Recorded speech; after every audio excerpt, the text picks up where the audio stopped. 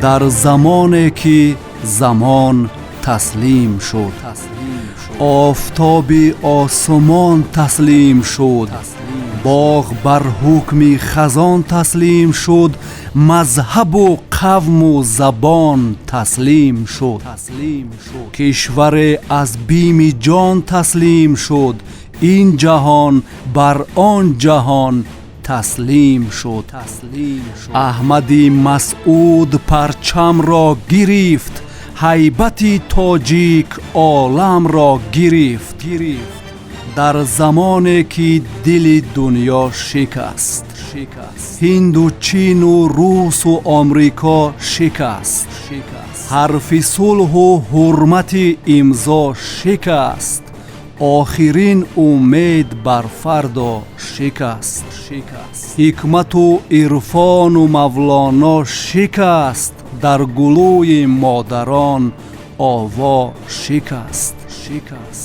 احمدی مسعود پرچم را گرفت، هیبت تاجیک عالم را گرفت، چون امام قوم ایمان را فروخت، سرقمندانش قمندان را فروخت، افسر و سرباز و سربان را فروخت، دولت و دستور و دیوان را فروخت، کابل و بلخ و بدخشان را فروخت، نازنینان خراسان را فروخت. احمدی مسعود پرچم را گرفت، هیبت تاجیک عالم را گرفت.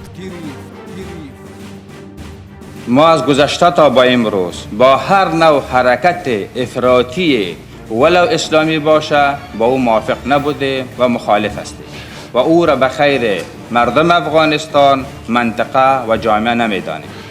یعنی کسی ظلم میکرد به کشورم، باید من راهش تحقیق کنم و دوباره این کسای ظالم باید دوباره از حکم بیرون کنم، کاری بکنم که خدمت به مردم افغانستان.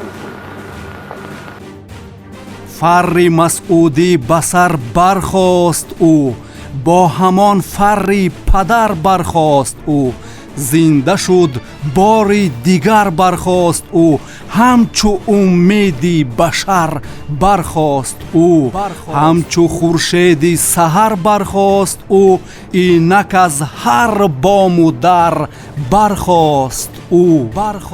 احمدی مسعود پرچم را گرفت، هیبت تاجیک عالم را گرفت، بازتاب گوهر آزادگان، آفتاب خاور آزادگان، پاسدار سنگر آزادگان، پیشوای لشکر آزادگان، شهسوار کشور آزادگان، سربلندی سر آزادگان. احمدی مسعود پرچم را گرفت، هیبت تاجیک عالم را گرفت. احمدی مسعود پرچم را گرفت، غیرت تاجیک عالم را گرفت، شوکت تاجیک عالم را گرفت.